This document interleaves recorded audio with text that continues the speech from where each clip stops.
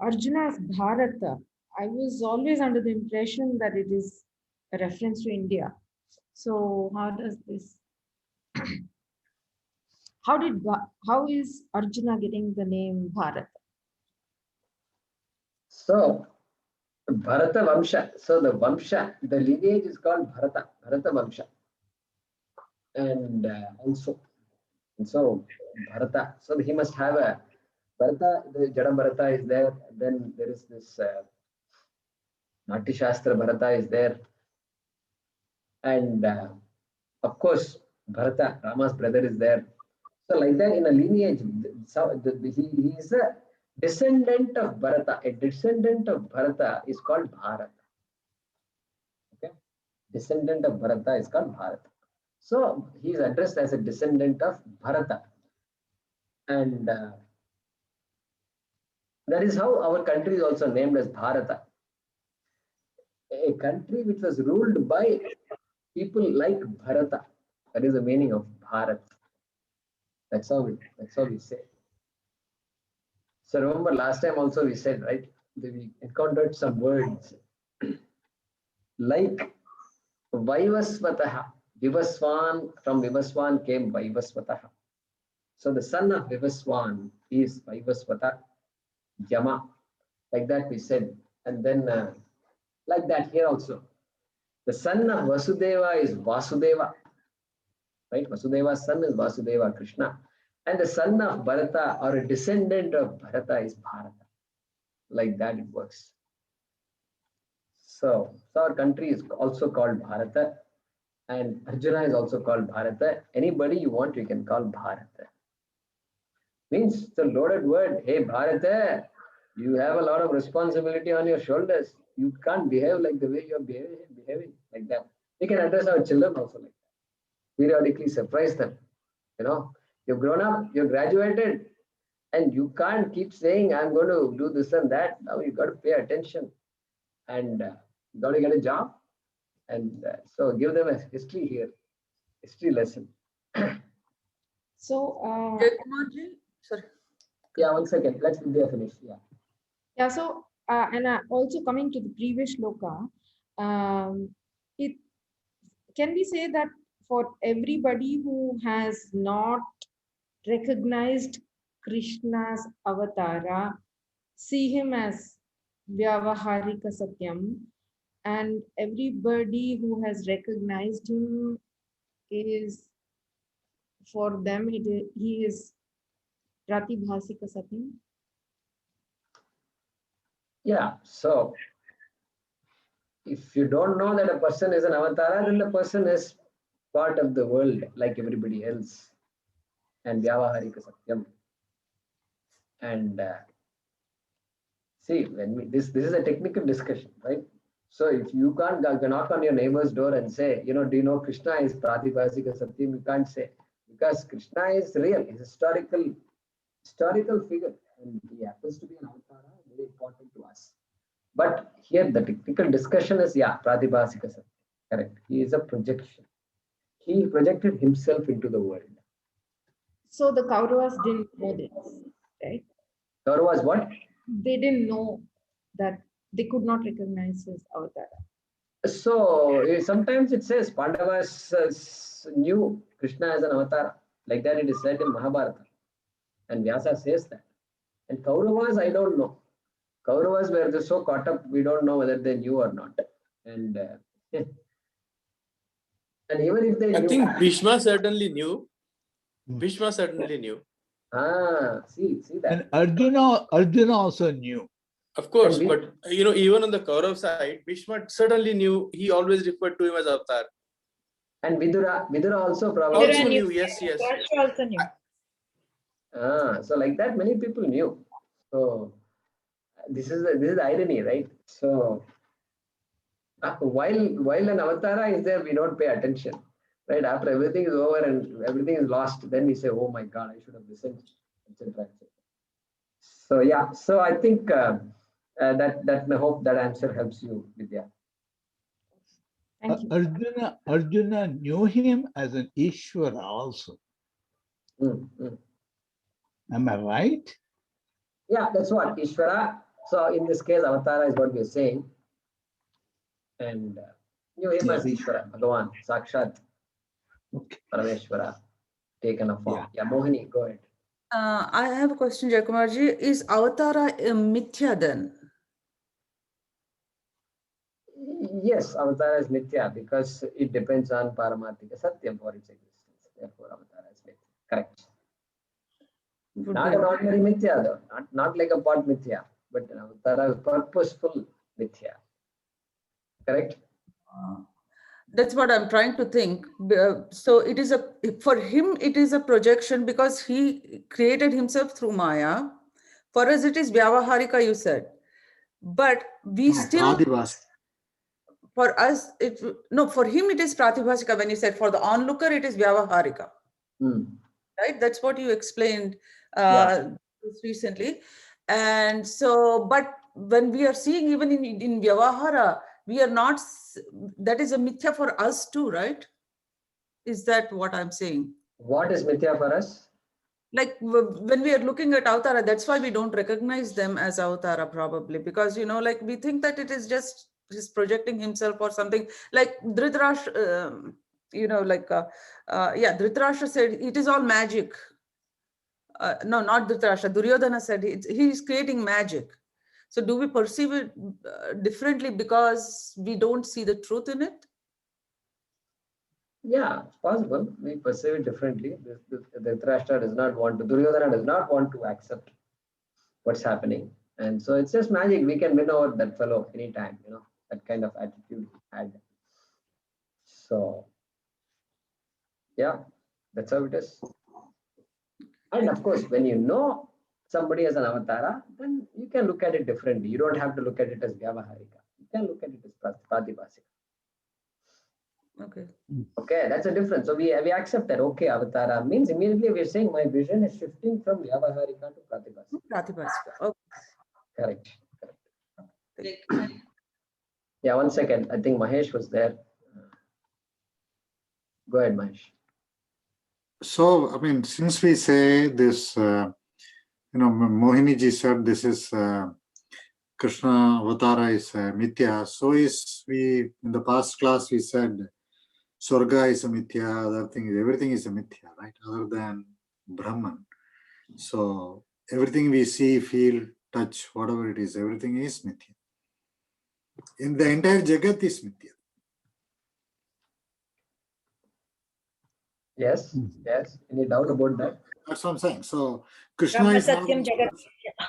Krishna is not an exception, nor Rama is an exception. Everybody is. Krishna is not an exception. Rama is not an exception. Correct.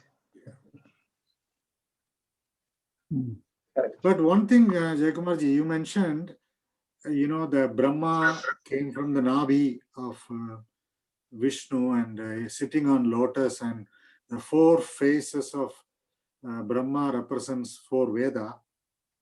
But I thought in our Tattva Bodha class, we said that originally Veda was only 1. It was Veda Krishna Dvaibayana or the Veda Vyasa split that into 4. Is it not? So that was more like later than what was originally. I thought the Veda was only 1. Yeah. So later on, the Brahma may have been presented as Chaturmukha Brahma after Veda Vyasa. After Veda Vyasa. Correct. Okay. Good point. So, Yeah.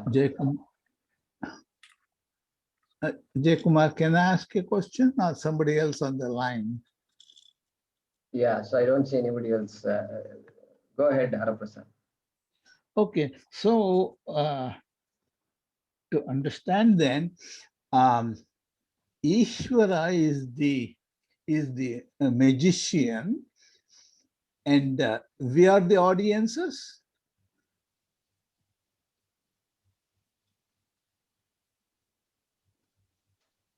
I'm asking you. Yeah, I mean, anybody who recognizes, the magician needs an audience, obviously. And so the audience who prayed for an avatar. So in a way, we should also say, and the audience knows about avatar because it was the audience prayer, bhaktas prayers, which caused the avatar to begin with. Correct. So we should not assume that people are ignorant. They can see avatar when avatar happens. Yeah, we should accept that. So yes, initially audience avatara for the uninitiated vyavagharika satyam, but then avatara is there for dharma samsthapanartha. Yeah. Hmm. Okay.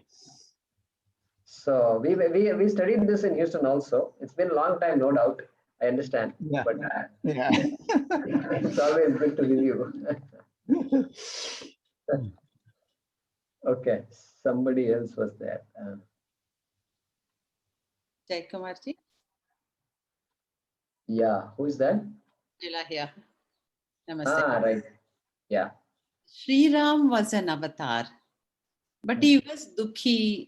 I read everywhere. Why was he dukhi?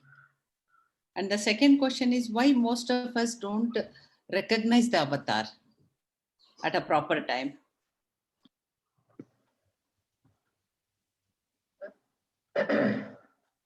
Yeah, I mean, there is no rule that human beings should recognize anything at all. And that's the power of ahankara. That's the power of ignorance. That's what it is.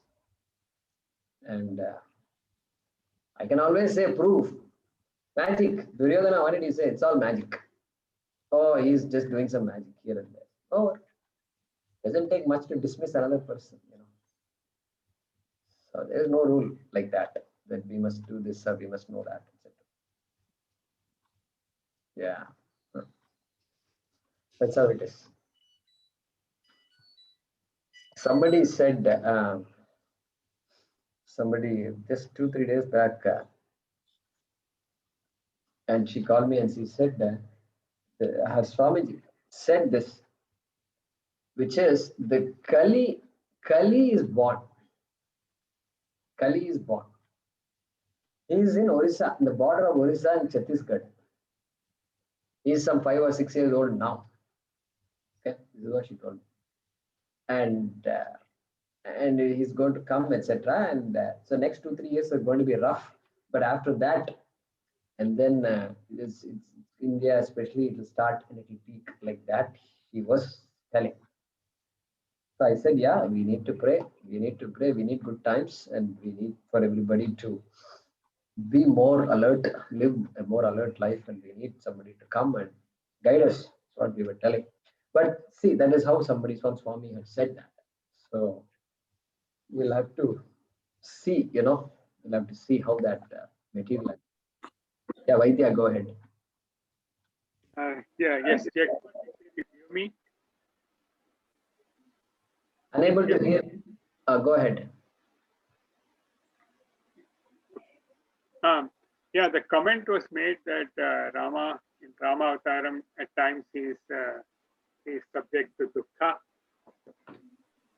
And the way I've heard it being explained is that the purpose of Rama Avataram is to show human beings how the person of Dharma lives. So Ramaha Vigrahavan Dharma, right? So he's Dharma personified. So when you're leading a life of Dharma, there will be ups and downs in life. And one is bound to feel sad at times when that dukkha comes. And so that's what Rama was, showing. So when he was separated from Sita, Sita was kidnapped, he felt sad, he cried out, and so on. But at the same time, he keeps his eye on the, on the goal of defeating Ravana, and then he's persistent, perseverant, and finally overcomes Ravana. Right? So that is the lesson we should take away from Rama's life: how to lead a life of Dharma and how to overcome difficulties. Yeah, so I forgot to answer that comment of Dr. Manjula, which is Rama suffered. How can an avatara suffer? This is the question. This we may not be able to accept so easily. So there also a lesson. Whether avatara suffers or not should not be our question. What do we learn from the avatara? That is the question. Avatara suffering, what's your problem, right?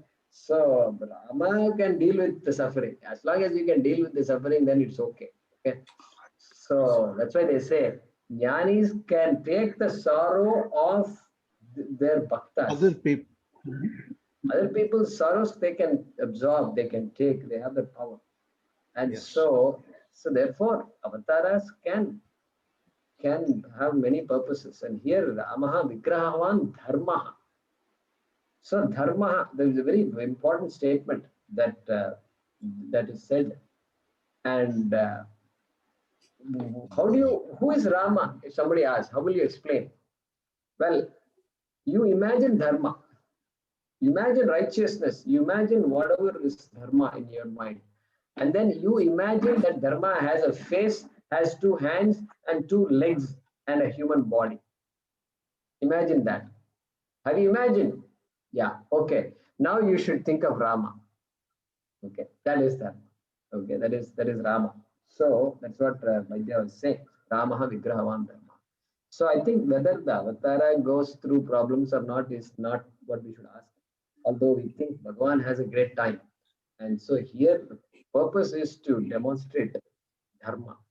Dharma. So important that all of us can be dharmic despite all difficulties we undergo in our daily life. Yeah, thanks, Vaidya. Yeah, Mahesh, go ahead.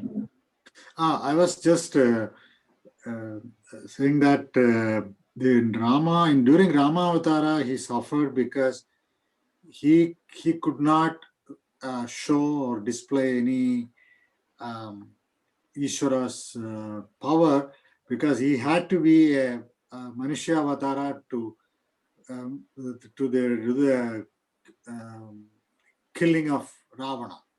If he shown any other power, non-human power, I thought he was disqualified. Somebody explained this a few years ago from Chinmaya.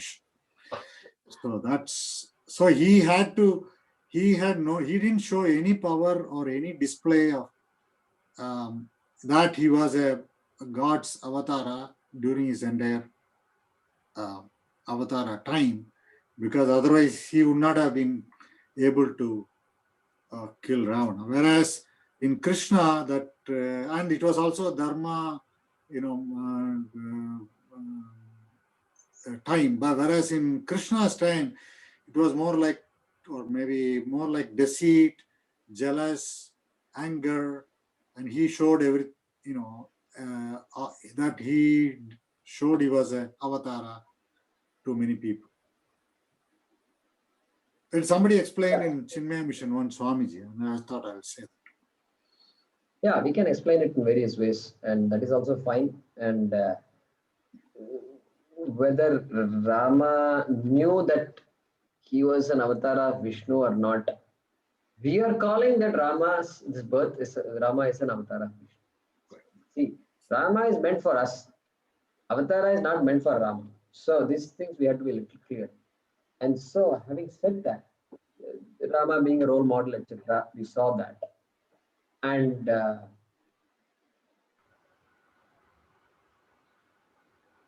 something else I wanted to say. So therefore, we choose to call somebody as an avatar.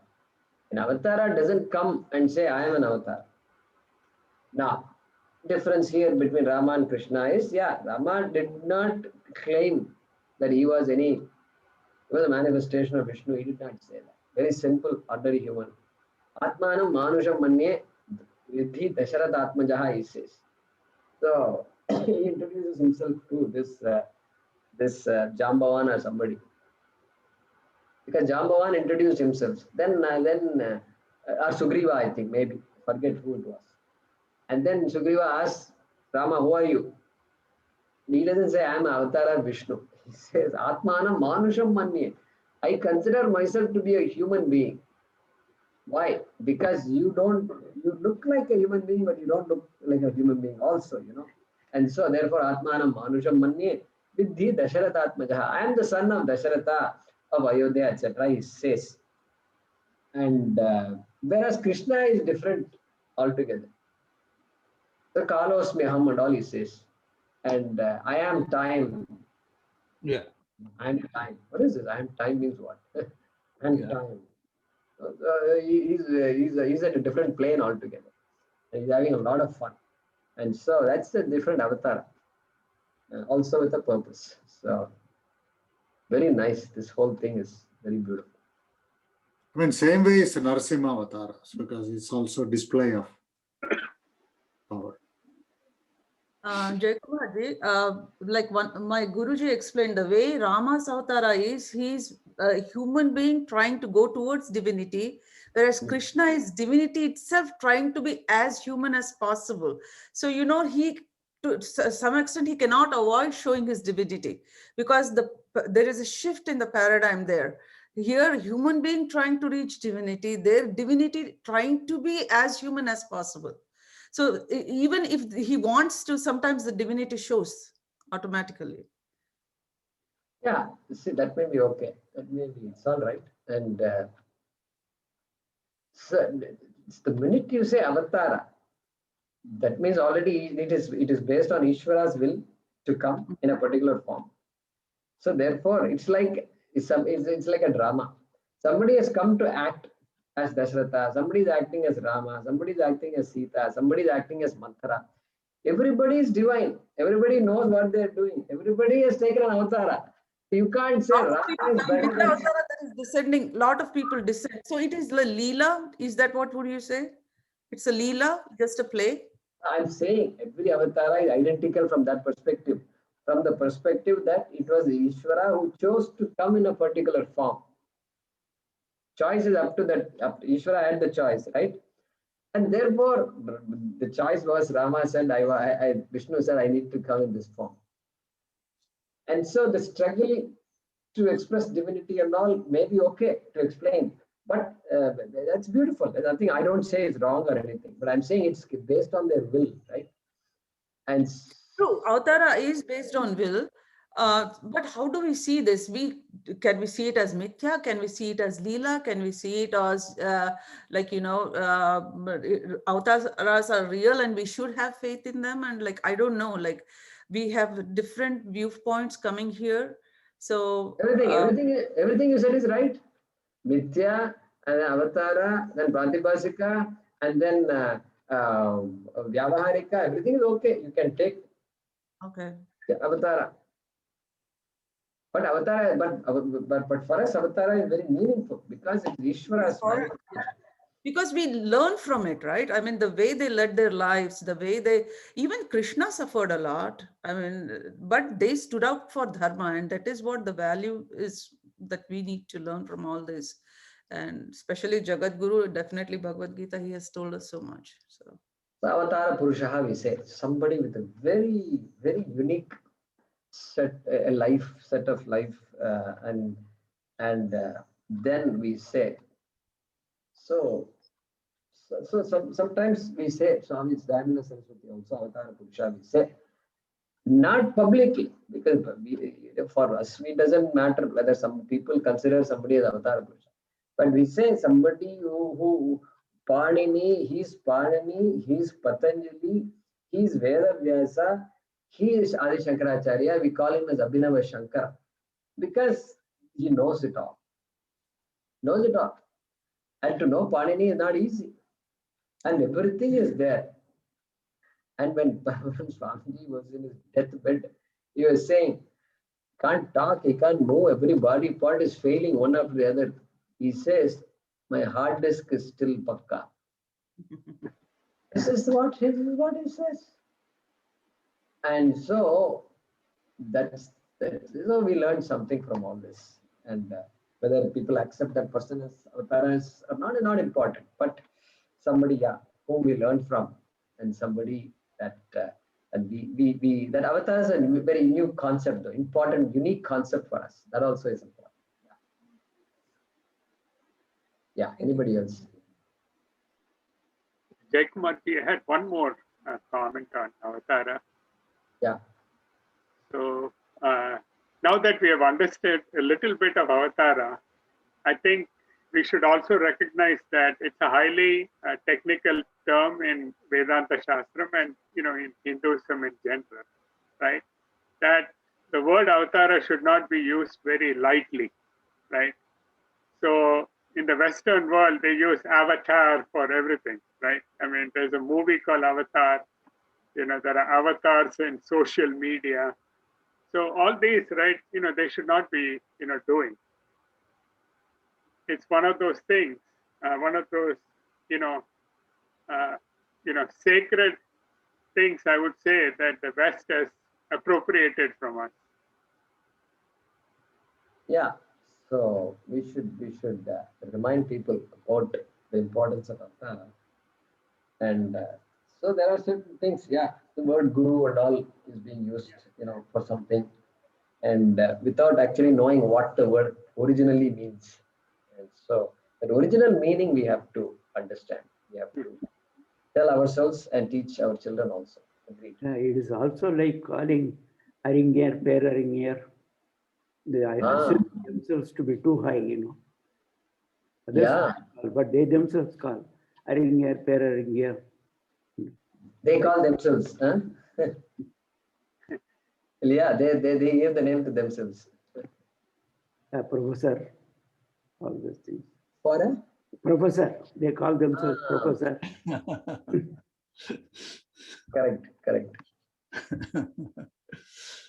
So I have one question, and this is relating to my own journey of studying, trying to study the religious texts and whatever I have got out of it. So until now, so a lot of times I try to make a timeline. We have the Ramayana, we have the Mahabharata, we have the Gita, we have the Yoga Sutra, Ashtavakra Gita Puranas, and so, I know that my Shri in many of the satsangs says that you can't have a linear timeline. You have to have spherical thinking, and so for me, it becomes very difficult to kind of have this total clarity in connecting all these things. So I feel more like there are pockets of knowledge and there are pockets of knowledge, and that's it. So if I may ask, without trying to be impudent, how you feel, you've been studying for so long and people like you, how you people feel about all this, and is there a stage where people will be able to connect all this and have a sense of like some knowledge or supreme knowledge or whatever? Or Guruji also says that when you meditate, questions are supposed to disappear and you're not supposed to have any questions, and so that is itself a state of enlightenment. So I'm confused. Yeah. So this enlightenment is big business. Okay. So that's why we talk about studies. We talk about knowledge. When it comes to knowledge, you can't make it a business because knowledge is knowing. And when something is taught, the student has to say, yes, I got it. Okay. And so that has to be final. There has to be finality to that. Now, so that's where Vedanta becomes very unique. Very unique. Now, once we understand Vedanta, then we can put all the pieces together. All the Shastrams that you talked about, our Itihasa, Puranas are there. And of course, Bhagavad Gita is there, Upanishads are there. Then there's a whole Karma Kanda. There is a part of the Vedas that we chant occasionally. and it is being used in our rituals and homas and things like that, and that many of us don't know about. So, but you can put all the pieces together. When we appreciate Vedanta, that's a beauty. That's how I found. You asked from my experience, so I'm telling you that. And so knowing that Satyam, that Paramarthika Satyam, suddenly everything else falls in place. And Itihasa Purana, what is the purpose of them? And all the Shastras that are there, and Kalidasa is there, he's written so much poetry. Valmiki Ramayanam is there. Then, of course, for us, Adi Shankara becomes important. So, Adi Shankara's text, so many 60, 70 stotras he has written, and then many texts he has written. Those become very important for us. And you wonder, then, when am I going to even say, tip of the iceberg, at least can I can I have access to in this lifetime? That question arises. But with Vedanta, there won't be a sense of lack. And because everything falls in place, everything has a place, and everything is beautiful, everything is important. But at the same time, we prioritize what we know. What we want to know also, we prioritize. What we want to study also, we prioritize. And I can study Kalidasa's Shakuntala or Raghuvamsham. Okay, I wanted to study years ago because suddenly love for Sanskrit was there. And so that love was there. I need to study all these things. Then over time, after studying Vedanta, then I found the Upanishads and Chakrabhashyam and Brahma Sutram and all is so vast. And so now my interest has shifted to that. So I had to let go of certain things and then study something else. But since the message is there, since the fundamental truth is understood, then it's not like you are losing something by not studying something else. In general, we think if I don't know X, that means I've lost something, right? I know less than somebody else. That idea comes. But here, this lessness is not there. And so that's the beauty of Vedanta. And of course, all this meditation, all these things come. And the purpose of meditation, what is meditation, what is enlightenment, all this clarity has to be there. And once that clarity is there, then it should be achalahaya. One should be unshaken by any new ideas that come around, any type of anybody selling something new, that will not attract us. So that is what we are aiming for here. And yeah, I understand. If you have that desire that there is so much to study, and when am I going to study all these things, right? So that concern may be there for you, I'm assuming, right, Vidya? Yes Yeah, or no? it's about just putting everything into the puzzle and being able to see the full picture. I think at the stage, I'm not able to do that. Yeah, fair enough. That's okay. Initially, that can happen, and maybe someday I can, I'll give a talk on what are all the texts. What is our shastra means what, and what are all the texts that are there, and what each text talks about, and things like that, and then put everything in perspective of Vedanta. Like that, we can do that. So that way we get a bird's eye view of what's out there, right? Sometimes we don't. So it's not that we take things for granted, but we need an initial introduction to Vedanta, right? Purusharthas have to be understood. So then it grounds us first. It grounds us. Once you're grounded, then you can ask all these other questions. Okay, now tell me a little more. What is this Yoga Sutras? What is all that? Okay, what is Panini? Why do people talk about Panini?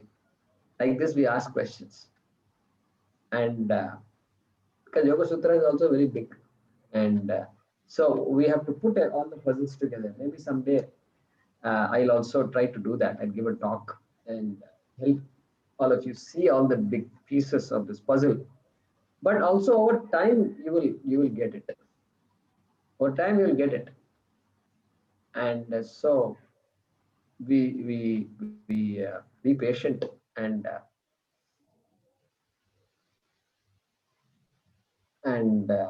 with prayer, it will all come. That's how it was for me. That's how it was for me. And none of us knew anything when we started, right? And it just comes, and so it will happen. It will happen. Puja Swamiji used to say that even English I had to learn. He used to say, even English I had to learn because he studied in a Tamil medium school, and he learned English, and he learned to use the words properly. He understood the power of words, and he understood the damage that wrong words were doing to people. And so he learned the whole thing. He said, I put effort. He said, don't think somebody I was born with all this and all that. He used to say all that. So by saying that, he's giving the message that, hey, all of us have the ability in us to accomplish what it takes, to accomplish what the Shastram talks about. So there should be no need for despair. And all the pieces, we will help put all that together. Okay, Vidya? And you have Guruji also. I'm sure your Guruji also will help in the process. So we'll seek everybody's blessings. Yeah? Jagamari, I want to ask one question. Yeah, Surendraji. Yeah. See, yesterday was Das Navami. So it was Ramdas Swami's birth. And in Dasabodh, he has once said that every person can be put just in 3 categories. That means a Siddha, Mumukshu, and Baddha. So what I have seen, that there are some people who have the ability to be present in many places at the same time. Then there are people who are blessed with Agni Devata. For example, Rambhav Swami, who lives behind Tanjavur temple. I have met him, and he is unaffected by. He is really blessed. Then there are some siddhas with Laguma, Girima, that kind of abilities. And some people who can understand what is going on in one's mind. So these are the abilities. So obviously, looking from Mumukshu's point of view, they are kind of siddhas. So where do they stand actually? That is my question. So where do siddhas stand? They are in the front line actually. They are sure they are in the front. But amongst the categories that I have told, just mentioned, where to put them? Put them means the siddhas, you mean? Yeah, because I do not have such abilities. So the people with the special abilities are definitely above me. So I think the first lesson of Vedanta is what? Vedanta is talking about ignorance of self. Okay?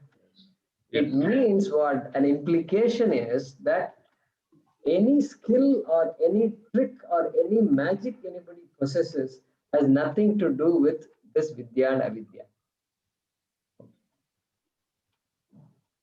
A skill is a skill.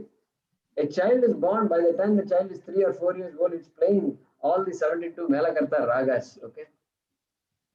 And the child becomes a great musician, great singer. And nobody can beat that performance, that child's skill, okay? All that is a blessing. We recognize everything is a blessing. And likewise, the Siddha also is a blessing. Siddhi, there is a blessing. Yeah. If we say that you must have special siddhis in order to get moksha, okay, then this shastram is useless. This shastram is useless because how many people do you know? How many people in this world of so many 8 billion people or whatever have siddhas, special siddhas or siddhis? Very few. No, it can't be skill based. It can't be power based. Moksha cannot be magic based. This we better get into our head sooner or later. Okay, we worship people who are jnanis and who have special powers. But that doesn't mean special power is equal to moksha. No jnani with special powers will say, you also must get special powers like me. You ask Surendra, you ask those siddhas, should I also get the special powers like you? And is that what you mean by moksha? If he is honest, he will say, no. Don't go after siddhis. This is what he will say. The honest person will say. Otherwise, the whole world will get sidetracked by some nonsense. I mean, something. And that person will honest siddha will say that. Correct? Yes. Because these are all techniques and tricks and things, and he, in fact, the siddha himself doesn't know where from he got this siddhi. They don't know. Yeah. They don't know. They will say, I'm blessed with this. That's all. Yes. But don't equate this to moksha. That is what they should say. If they're honest, they will say that. They should say that. Correct? They should say that. Yes. So I just wanted to make that point, Surendra. Yeah? Thank you. Thank you, Guruji. Yeah.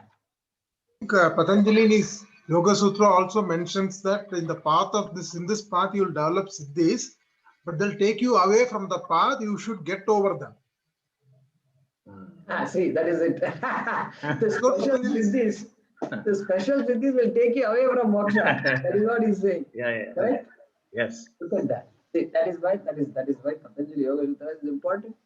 He's made a fact. This Yoga Sutras, if you do, you will get siddhis. But don't be carried away by that. They will take you away from the path totally, is what he says. Yes. Yeah, exactly. Good point. Very good point. We have to keep that in mind. So this is why we have to tell people constantly that you are you can be amazed by all the magic, but don't bring moksha into that picture. Don't connect your spiritual journey with this magic. Yes. This is what is important. Yeah. Yes. Good. Since human birth is to exhaust karma, okay, this is something which we have learned, to exhaust karma. So I think we require little more about the karma, talking about the karma. Oh, sorry, what is your question? No, since human birth is to exhaust karma. So, we know a little bit about the three different karmas, sanchita karma, prarabdha karma, and akami karma. Will you be able to explain it a little more? Explain the three types of karmas? Yeah. So, karma is a result of action. Action has two kinds of results. There is drishtapalam, which is visible result, and there is adrishtapalam. Shastram talks about adrishtapalam. Adrishtapalam means that is what we say is karma. That karma, when you say it, is adrishtapalam. It is a result of actions we do. Okay, righteous and unrighteous actions we do. And righteous actions give drishtapalam and also punyam. Punyam is adrishtapalam, one type of adrishtapalam. Papam is another type of adrishtapalam. Both are called karma. In one bucket we call it, one word we use and say karma. Karma. So this being only who is self-conscious and who has free will accumulates karma. Because the person has choice to do the right thing or not do the right thing. I have a choice to steal. I have a choice to earn money in a proper way. Each human being has a choice. And I choose to steal means then that's one track. And Shastram says you're not going to get away from it. You may get away from the law of the land, but you won't get away from the law of karma. Right? So therefore, we accumulate karma like that. Accumulated karma over many janmas, this karma is accumulated, and that accumulated karma is called sanchita karma. Sanchita karma. Okay, sanchita karma. Sanchi means bag, and so this whole thing in Telugu they use the word sanchi, and so bag. So huge karma is there, and from that some karma has fructified, has expressed itself In the form of a birth, this jiva is born. A small portion of the Sanchita karma has given birth to this human body or to any tree or any living being. Okay? That is called prarabdha karma. That portion of the Sanchita karma which has manifested as my life here, as a one human being in this whole jagat, that is called prarabdha karma. That portion is called prarabdha karma. Okay, prarabdha. So just before being born, that janma has come, is coming into being, and it is unfolding constantly every day. And so that prarabdha karma is unfolding. Prarabdha karma will get over only when the body falls. Okay. So the entire, from the birth to death, that whole life is governed by prarabdha karma. Okay? Okay. Now, so Sanchita karma understood. This big bag of Sanchita. All my bank account is called Sanchita karma account. Prarabdha karma, a portion of it came out. Then new karma also I create constantly. Because I am an actor, I do everything daily and I have choice. Therefore, I have the ability to create new karma. That created new karma is called agami karma. Agami karma. So new karma created. Where does it go? It goes back to the sanchi. Goes back to the bag. Okay. Goes back. So if I do good things, then I get punya. Punya goes back.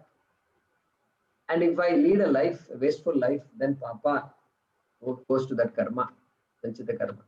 So sanchita karma, prarabdha karma, agami karma. This is the three karmas. Very good. And then we say that how are you going to exhaust this karma? Generally, the idea is you have to exhaust your karma, right? Yeah. How do we do? Only then you get moksha. I think you must all have heard of that. Only when you exhaust your karma, there won't be a new birth. Right? That is how they say. But then the amount of karma is infinite. There is a problem. How are you going to exhaust infinite karma? Infinite karma can be exhausted only by infinite births and deaths, which means it's never going to get exhausted.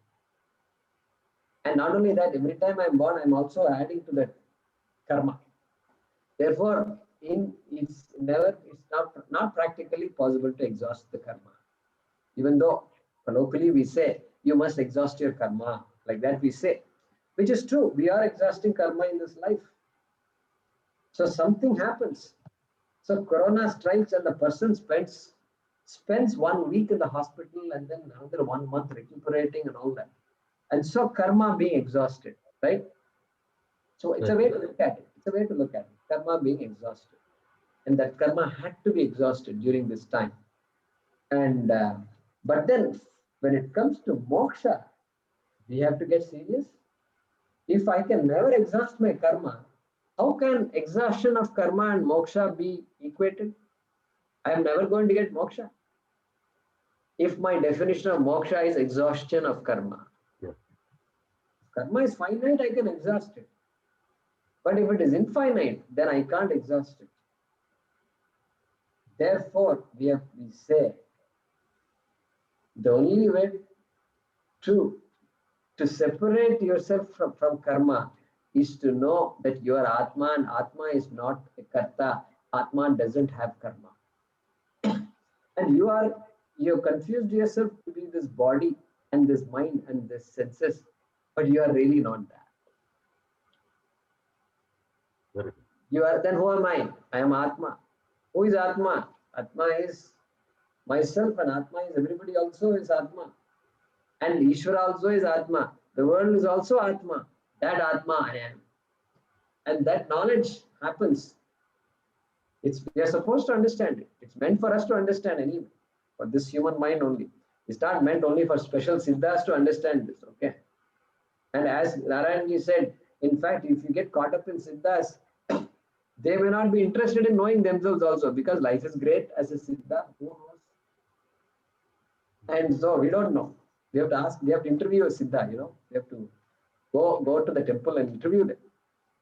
So, point being that knowledge, because ignorance being the cause for karma being the cause for karma phalam, which is punyam and papam. Punyam and papam being the cause for repeated birth and death. That ajnanam, that avidya, that ignorance. You address the root cause. What does medicine do? They try to address the root cause. Otherwise, they say you're treating the symptoms, Everything else is treating the symptoms. Siddhi, treating the symptom. Breathing technique, treating the symptom. Meditation,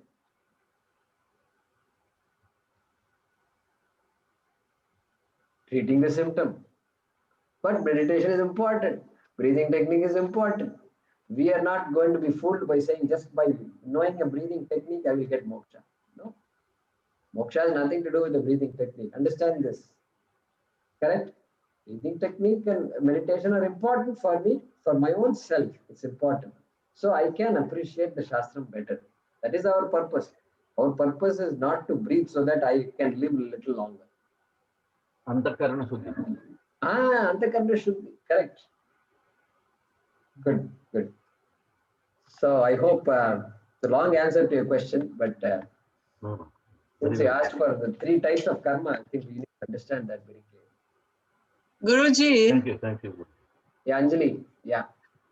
I'm thinking about the Atma, and the Atma, if the Atma, we're all the same if you just look at the essence of us, right? Which is the Atma. And then I'm thinking when you interact with somebody, if you just concentrate or interact with them from the perspective of the Atma, you have this equality between you, right? But I'm thinking, what if someone like a really bad person, like a serial killer, right? So the Atma is just like mine, but how they're living right now and their capacity for whatever pain or hurt or evilness is different, right? So should we be interacting with them differently? Because I'm thinking their Atma is so behind that makes sense what I'm asking. So how do we interact with someone like that, or how do we perceive them? Yeah, we accept that people will be different, and their mindsets are going to be different, and their commitments, their value systems are going to be different. And so therefore, on the one hand, you've got a saintly person, on the other hand, you've got a serial killer. Okay, you've got both types of people. So that's how the creation is, that's how the world is.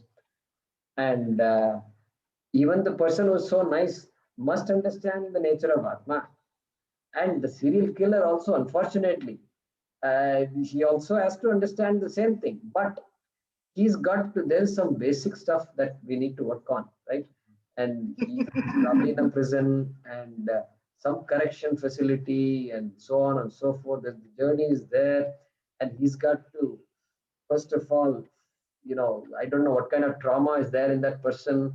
And there's so much, you're a psychologist, the type of journey that person has to go through in an ideal world. Okay. In today's world, even that journey may not be possible. He may be in prison all along and until he dies away. Okay. So then what happens? The next birth again, it's there. And so hopefully, that's why we focus on dharma so much, because not just this dharma. Only when the people who are righteous, dharmic people are there, only then society will be helped.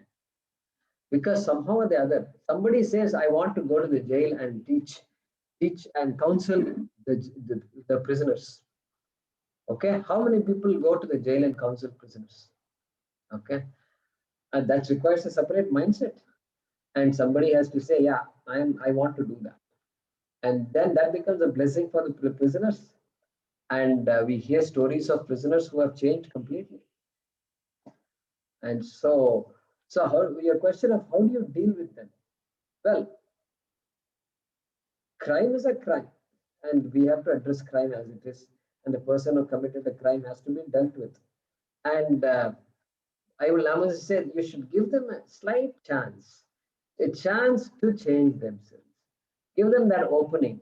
Don't be, okay, you may want to have to incarcerate them, imprison them, okay. But is there a chance? What kind of chance is the system giving them? That's what I will ask the question. I will ask the government, what chance are you giving your prisoners to see a better side of life? Are you having some discussions? Are there counselors talking to them? Are they expressing their trauma? Are you giving them an opportunity to talk about their families or their past? Sometimes talking is just enough. Talking may be enough, is all that's needed, right? So, Guruji, I have met some people who I feel are pure evil. I mean, I very rarely would think like that, but even, you know, they have no. I mean, I'm sure everybody has good in them, right? But when I've met some people who has so much, and like you said, there might be, you know, the environment that they grew up and all that stuff, but there's some people who are pure evil. They'll just hurt people just for the sake of it, and in a very bad way also. correct. And so we don't deny that such people exist, and there are such people. And but what we are saying is, everybody Atma is the same Atma. Okay? Right. So that, yeah.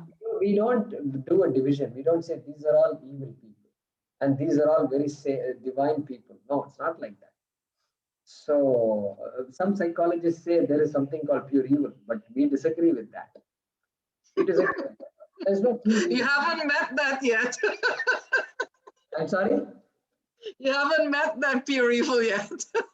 No, I'm not denying. I don't have to meet a person like that to believe what you're saying. I believe what you're saying. But yeah. What you're saying, you know, we've seen all these movies, etc. I believe such people exist. But I'm not saying when we say that person is also has the same divine Atma, we are not condoning the person's evil actions. Yeah. There's a confusion. We are not condoning any evil action. Dharma is dharma. But the beauty is the person also, Atma is also divine. And so what do we have to do to that person to help that person see his own truth? What window of opportunity can we provide that person? That's all we're saying.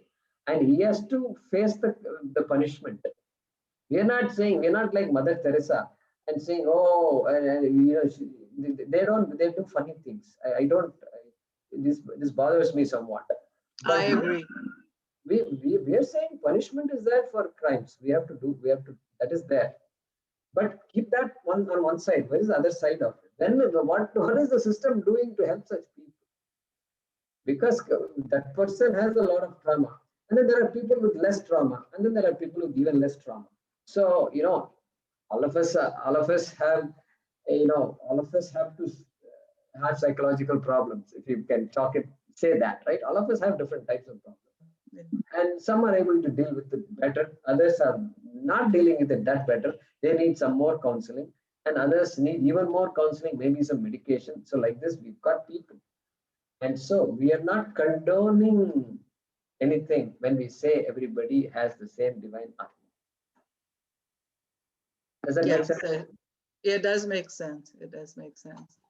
So therefore, that pure evil, when we say the essence of the person is not evil, it appears to us like the essence is evil. The whole body is just, they are willing to commit a crime just like that. Just like that, they will commit a crime. Physical crimes and, you know, whatever other types of crimes. But so be it, and deal with that exactly as it should be dealt with. But metaphysically, we say that person's Atma is also the same divine Atma. Yeah, makes sense. Thank you. Yeah. Okay, we'll stop with this. Om Purnamadav Purnamidam Purnat Purnamudachyate Purnasya Purnamadaya Purnameva Vashishyate Om Shanti Shanti Shanti. Om Namo Bhagavate Vasudevaya Dhanvantaraye Amrita Kalasahastaya Sarvamaya Vinashanaya Trilokyanathaya Sri Mahavishnave Namaha. Thank you. See you all on Wednesday. Thank you.